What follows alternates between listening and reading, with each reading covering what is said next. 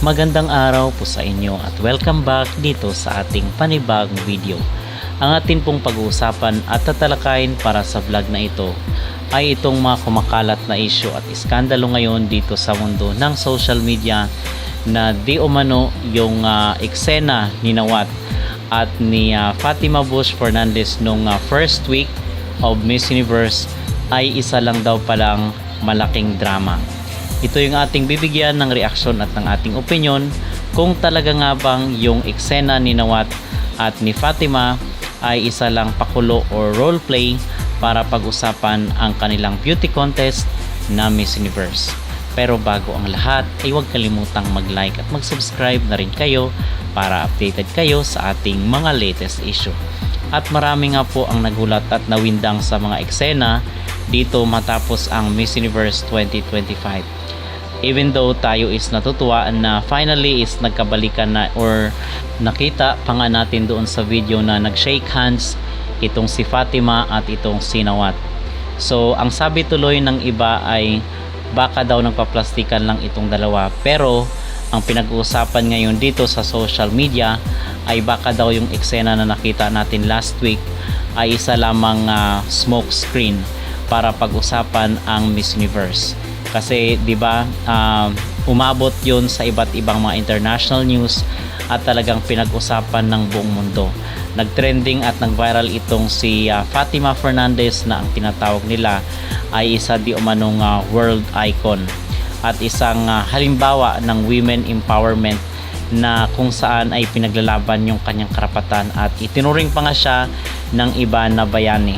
So natapos na ang kompetisyon at yung iba ay majority hindi kumbinsido dito sa naging resulta kasi hindi naman nakikita na strong ang performance ni Fatima doon sa preliminary at sa finals, and then shocking ang naging result kasi siya pa ang kinurunahan at nataob yung mga strong contender dito sa Miss Universe, and the rest is history. Kung kaya ngayon ay pinag-uusapan kung yun daw ba na eksena nila Nawat ay drama lang dito para pag-usapan kasi alam naman natin na matalino at magaling itong si Nawat sa mga ganitong bagay ay gagawa ng mga issue at iskandalo.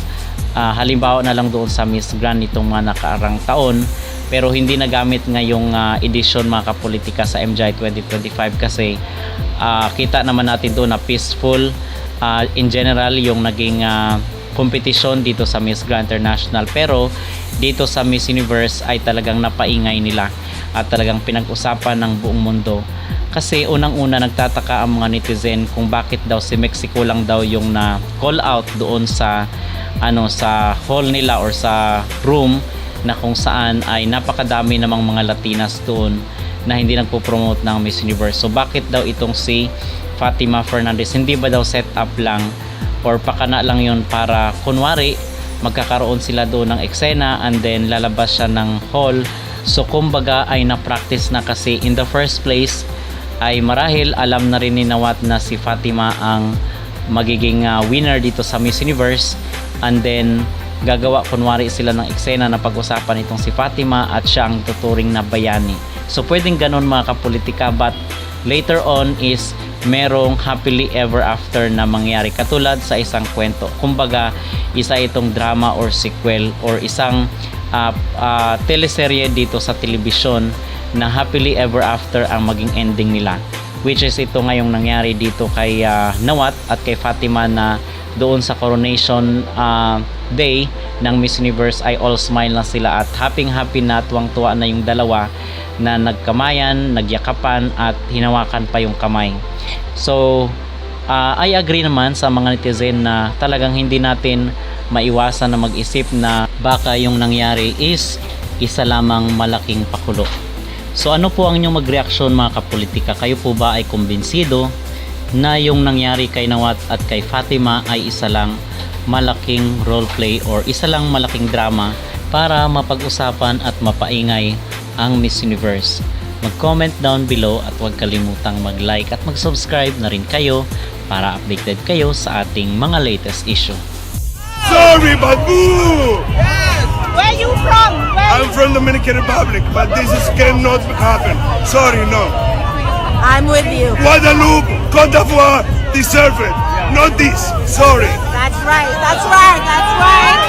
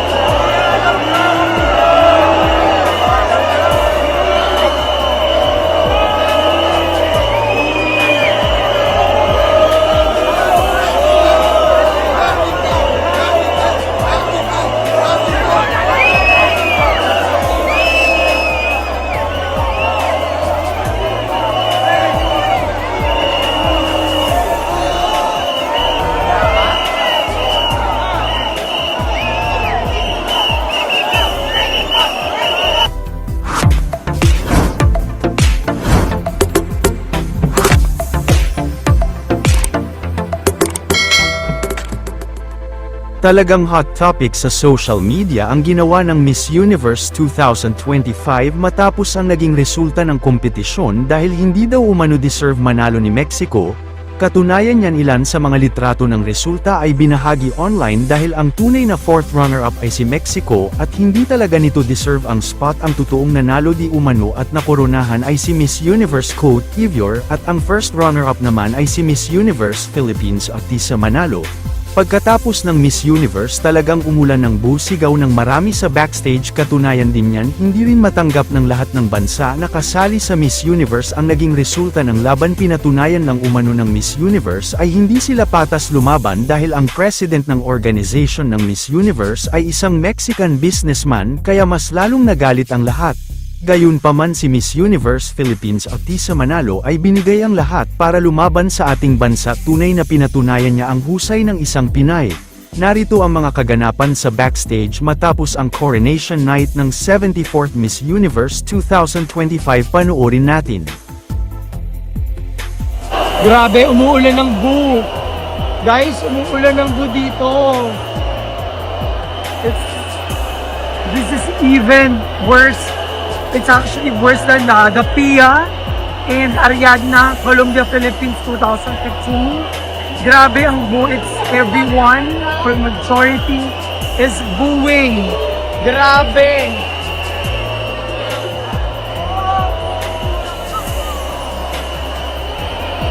Grabe yung boo.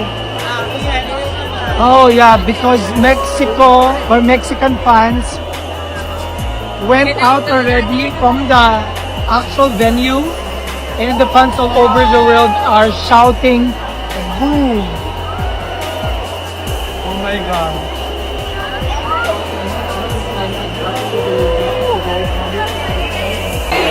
Oh my god. Actually people here are shouting Cote d'Ivoire. Cote d'Ivoire, the deserving winner of this year's Miss Universe. Of course, sabi nga nila parang naging Miss Reverse. Universe, Miss Universe. That's how.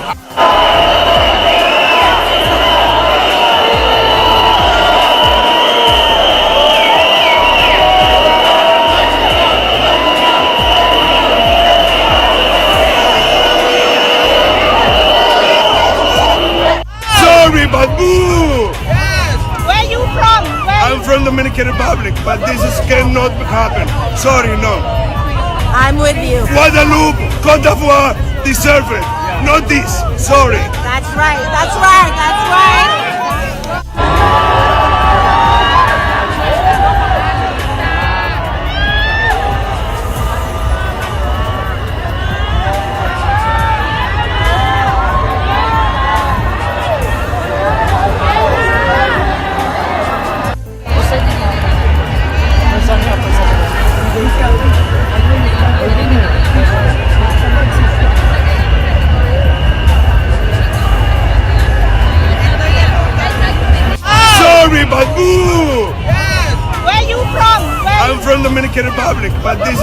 cannot happen. Sorry, no.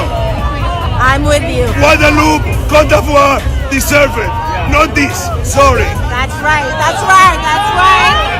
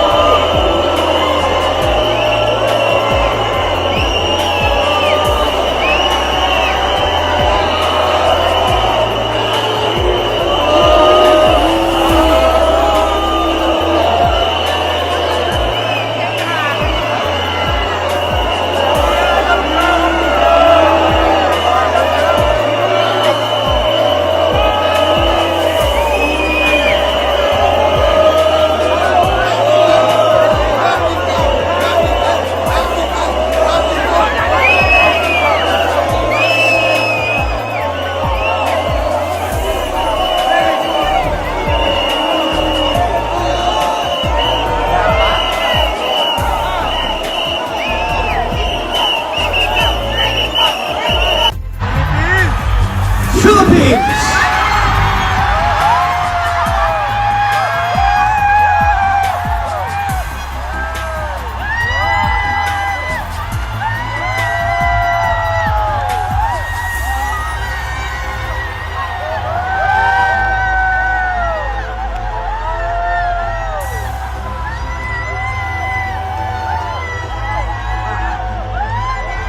Next, to secure her place in the top 5 is Venezuela!